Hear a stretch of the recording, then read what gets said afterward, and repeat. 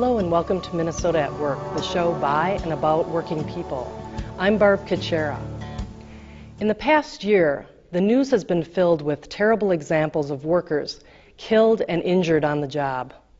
In northern Minnesota, 2 pipeline workers died in an explosion. In nearby Superior, Wisconsin, 4 men were suffocated by toxic fumes in an underground tank.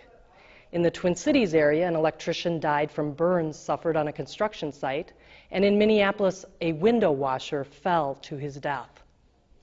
On August 1st, when the I-35W bridge fell into the Mississippi River, an operating engineer was among those killed. He was working on a construction crew on the bridge. Meanwhile, investigations are ongoing into the mysterious cause of a neurological condition affecting workers in a meatpacking plant in Austin. And the state recently released data indicating that many miners on the Iron Range are suffering from a rare form of cancer. And those are just the cases that make the headlines. Every day, healthcare workers are injured on the job. They hurt their backs lifting patients, office workers and factory workers, and the list goes on and on. So what can we do about it? We thought in today's program we'd ask the questions, how safe are our workplaces, and what can we do to make them safer? We have a panel today with a great deal of experience in that area. With us, we have Jim Carey. Jim is an attorney for the firm Sieben Gross, Von Holtum and Carey. Welcome, Jim. Thank you, Barb.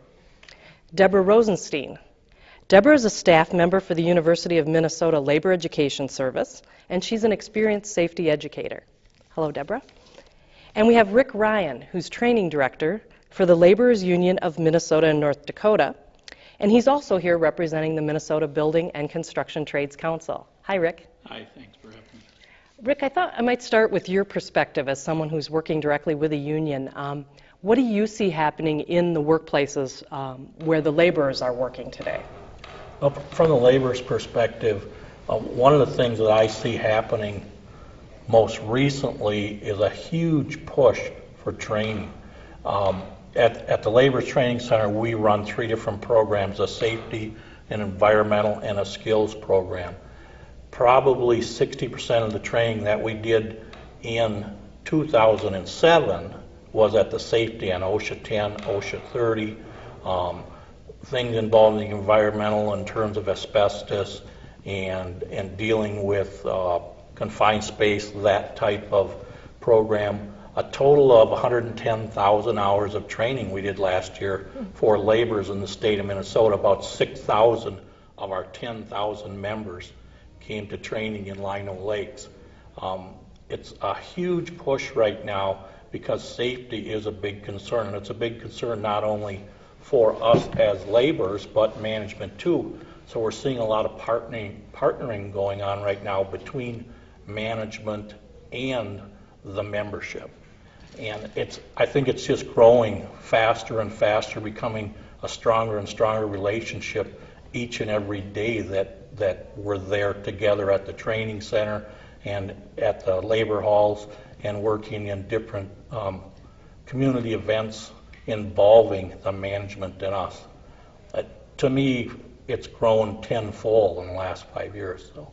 Can you give an example of something you might train one of your members to be aware of? What type of safety concerns? One of the things that we might use, we teach 48 different programs at our training center, and a lot of the other unions also have training centers similar to ours.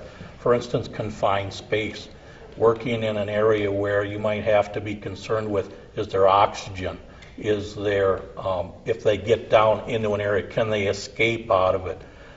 Is there a communication system that allows them to react if there's an abnormal condition? And how to react if there's that abnormal condition? That's one of just a whole category list of programs that we would teach in the safety piece. But all of our training programs have a piece of safety in them. You can't do training in a craft construction area without talking about safety too. So Deborah, you've worked, I know before you went to Labor Education Service, you worked for the United Food and Commercial Workers and the service employees, right? And so, I mean, there are a lot of different unions doing safety-related training, right? Yeah, at the UFCW in our safety and health office, we would do similar training to what Rick's talking about. We would also talk with people about how do you organize around safety and health as an issue so that you can sometimes make changes through your joint labor management committee or maybe through a union safety committee. So we would look at things like line speed that meat packers are facing. Often just how fast the line is going can affect injuries and the rate of that. So we would help people figure out, maybe as stewards they wanted to be carrying stopwatches and see if the line was going faster than what they had been promised, right, with their contract or something. So we would take the union would take an advocacy approach in that way. So do you think, I know I was, in preparation for this program, I looked up some statistics, and the official figures federally are something like 5,800 workers killed in the last year on the job. But I think we all know that that only reflects a portion of people who are either killed or injured, right? Yeah. I mean, in meatpacking plants, there's a whole category of folks who end up cleaning in the plants late at night. They're often undocumented immigrants. It's the most dangerous job because they're working with boiling hot water, and sometimes the machines aren't turned off and everything. So we would get calls sometimes once a month about someone getting killed. Now, whether those were always being reported to OSHA, people are scared, they're undocumented, you know, the employer might be using that with people. So I think those figures, like you said, unfortunately might even be lower. Is that your sense, Jim? From you? You must get calls from people every day who had something happen at work. Well, the tragic part about my job is I'm dealing with people after something bad happens to them, and these folks, Rick and Deborah, are dealing more proactively than I do, which is wonderful. But you would be surprised at calls that I fielded where people are telling me these are the conditions I'm working in, these are the demands of my job, and especially if you're talking about somebody who's fairly low in the totem pole and doesn't feel empowered to say I need safety, I'm demanding safety, I'm entitled to safety in the workplace. Those are the people who get hurt, and it truly is. I mean, organized labor is the only one who's standing up tall and speaking loudly about safety and about training. And if you don't have that piece, people don't feel empowered to demand it, and they aren't allowed to demand it because they'll get fired, or all of a sudden they'll get relocated to a less desirable job, and unless they have the protections of the training they received in the first place, and then being empowered enough to say this is wrong, I'm entitled to have something safer than that, it's horrible. And those are the people that get hurt more often than not. Yeah.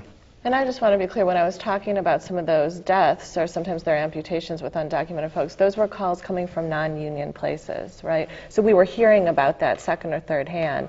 When you've got a union representing workers at the meatpacking plant, everything isn't perfect, but it makes a huge difference. There's not going to be an injury or a death. It's not going to go reported, and it's not going to be investigated, right? So I think I just wanted to... Yeah, because I think, well, probably a lot of people know that union membership in this country is only at about 12%. So only about 1 out of every 8 workers has a union they can go to when they have a safety concern.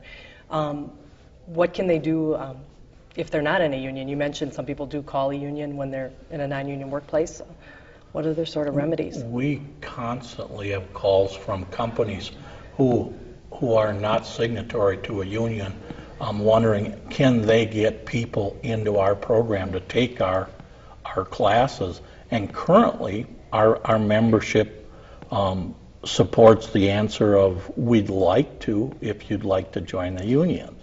Our programs are supported by union members out working in the field, and based on what their, the hours they work, we get a percentage of that paid into a fund so that we can run our programs.